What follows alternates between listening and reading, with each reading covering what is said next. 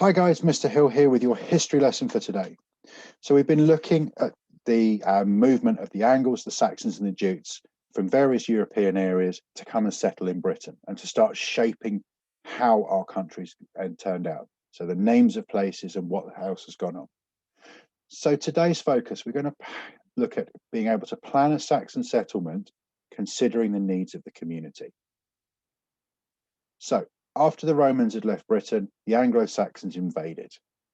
Can you remember some of the reasons they chose to come to Britain? So we've been talking about push factors and pull factors. So the push factors were the things that drove them away from where they were. The pull factors were what brought them towards Britain. Pause the video here. How many can you remember? Okay, how have we got on with that one? So I've remembered a few, so I'm just going to put them up on screen for you now. The bad floods they had at home. So the lands that they were trying to farm on was being washed out. So their crops were being washed away. Their homes would have been damaged. They wouldn't have been able to keep cattle very easily or meat animals very easily because they don't like being flooded either, same as we don't. There's no Roman army left to defend Britain. So you can sail right up onto the coast. You can pick where you want to land. And there's not going to be an organized army of people there to stop you. There might be a few grumpy Britons there who really don't want you coming and pinching their farmlands, but they're not going to be organised to the same extent the Romans were. There's too many wars at home, and there's not much space left. Now, if you look at three of the factors on the screen, bad floods, not much space left, and too many wars, they're all linked. You're not going to try and build a farm on land that floods. So that means that the space that doesn't flood becomes more precious, and there's not going to be enough of it.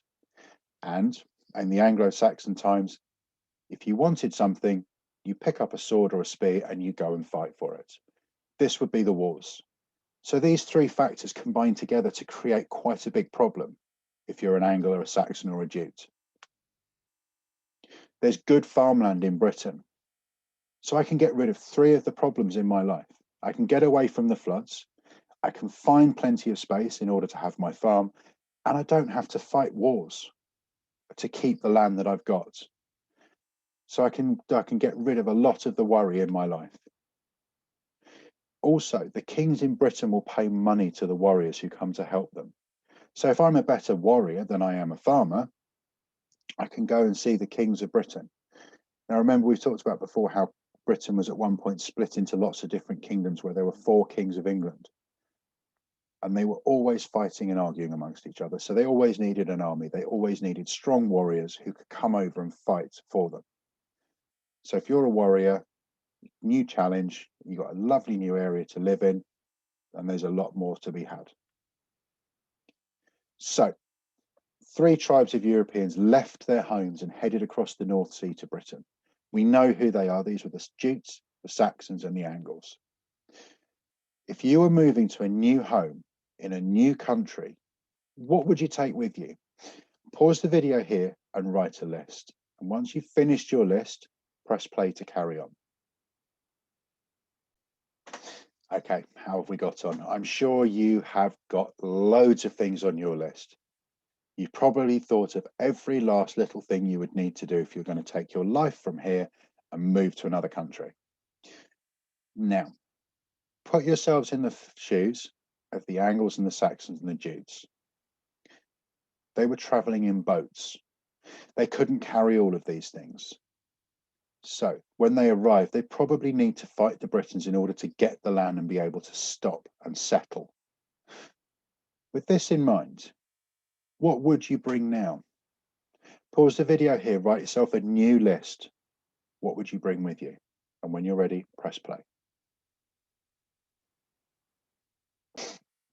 Okay, you got your list now? What sorts of things are you going to bring with you? Okay, some good ideas there. Let's have a look.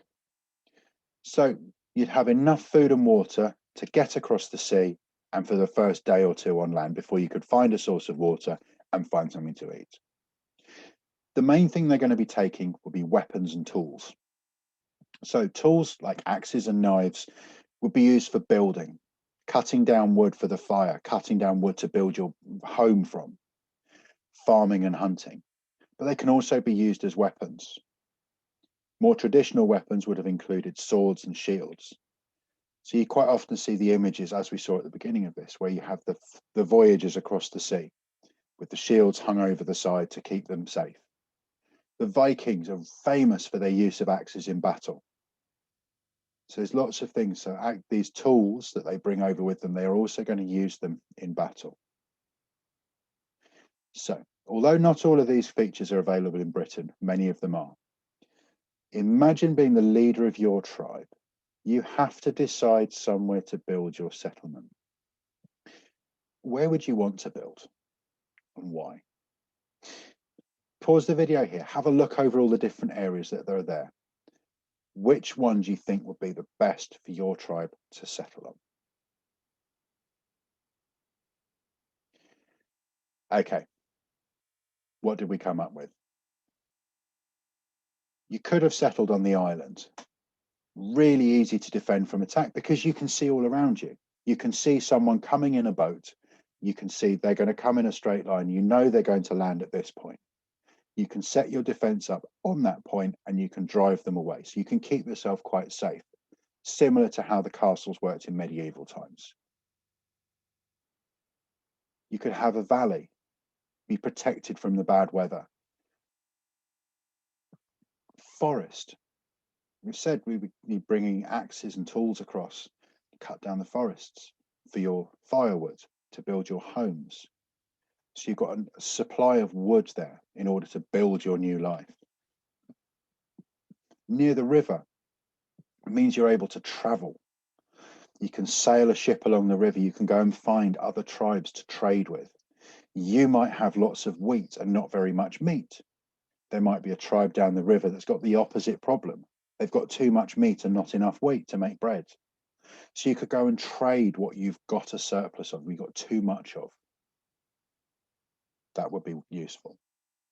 Near the lake to provide fresh water. So you've got something to drink, something to wash your clothes in, wash your body in, clean your food in. You've got these lovely ideas and useful attributes. The plains area is ideal for planting crops and farming.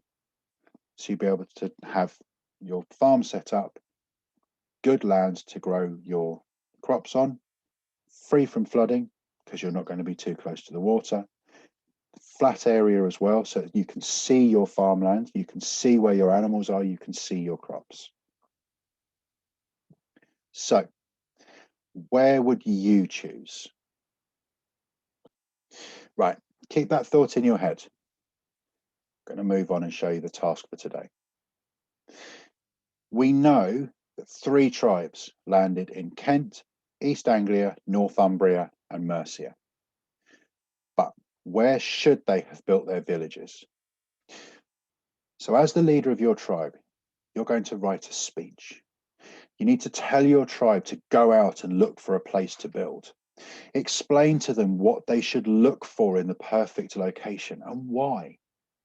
Try to list things with the most important first.